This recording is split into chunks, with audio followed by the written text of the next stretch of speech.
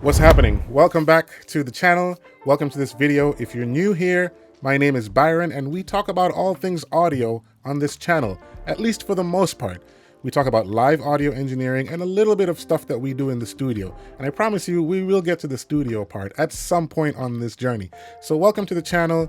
Welcome to this video. Take some time to like this video, subscribe, and welcome to the family. Today, I kind of want to talk about how I make money as a freelance live audio engineer. And for the most part, this is all I do for a living. I've been doing this for about 20 years. So I believe I have enough experience to kind of guide you through if you're thinking about doing this full time or you're doing something else and you're thinking about making live audio engineering a career. So as a freelance audio engineer, what does that actually mean when you say freelance, right? So basically, when a company has a production and they need to fill certain positions like video, lighting, and audio, for the most part, they would look through their contractor list and hire specific people to do the specific jobs. I am hired and contracted as an audio engineer, and that means that I get paid for that particular show, and then I move on to another show, maybe with the same company, or another show with a different company, and it goes on and on and on. Now, for the most part, this industry is completely word of mouth and referrals. So honestly, the work that you do is based on the relationships that you have with other people out there, right? So in other words, your skill set is not the only thing that matters to people in this industry.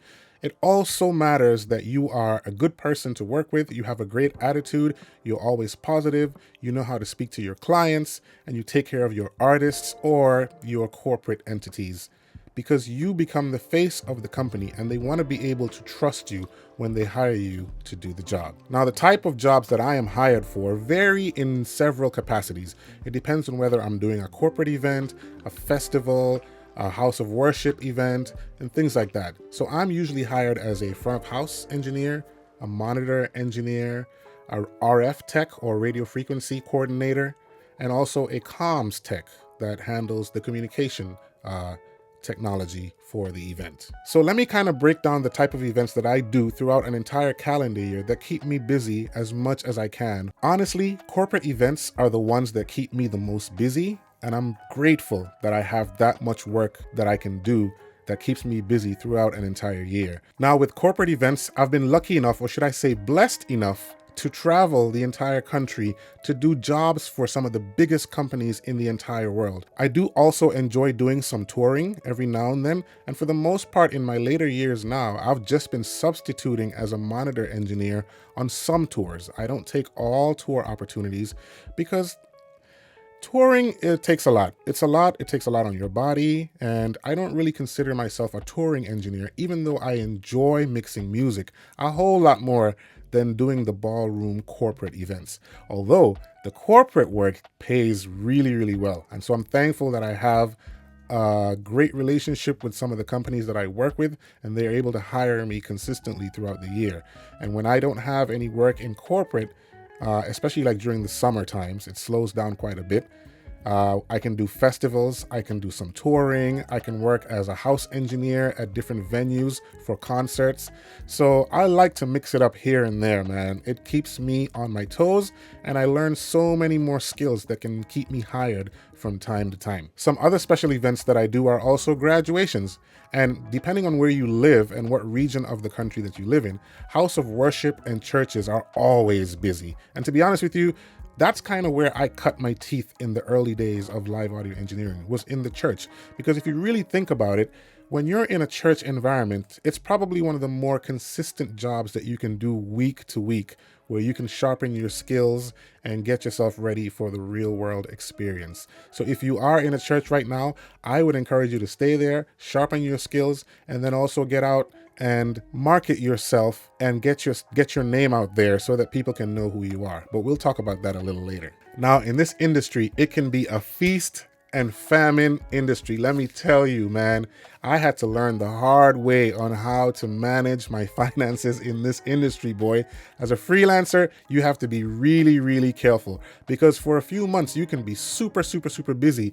And then for some other months, there's absolutely nothing happening. So you learn how to save your money throughout the years so that you can anticipate what time of year gets a little slower and save your money so that you don't get into trouble as you go along, all right? So that's a very important tip for you if you're just starting out. So how do I get booked as a freelance audio engineer? Like I said earlier, this is a word of mouth industry, so getting your name out there is very important. So let me kind of break down to you kind of how I get booked. I'll either get a call from somebody random sometimes, or I'll get an email from a particular company that I've been working with for a while, and they'll break down the type of job that they're looking to fill, the position that they're looking to fill, and what is expected of you in that position.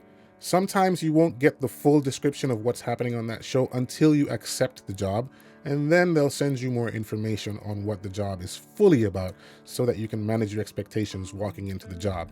So basically that's it. It's either an email, a phone call, or maybe one of these hiring apps like LiveForce or Lasso or something like that. Now, when it comes to some of the music gigs and I'm doing a substitution on a monitor gig or something like that, that one they'll probably give you as much information up front before you say yes to the gig, just because of the high demands of such a position. Now, let's talk about the reason why everybody's here watching this particular video, the money part. I'm not going to disclose how much I make per gig, but I do charge a rate, a specific rate per gig per day.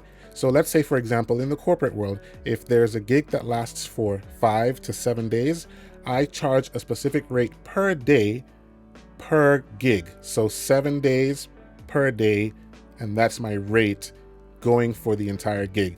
Of course, in most cases, for corporate and most cases actually, not even just corporate, they will take care of your flights and your accommodation and things like that.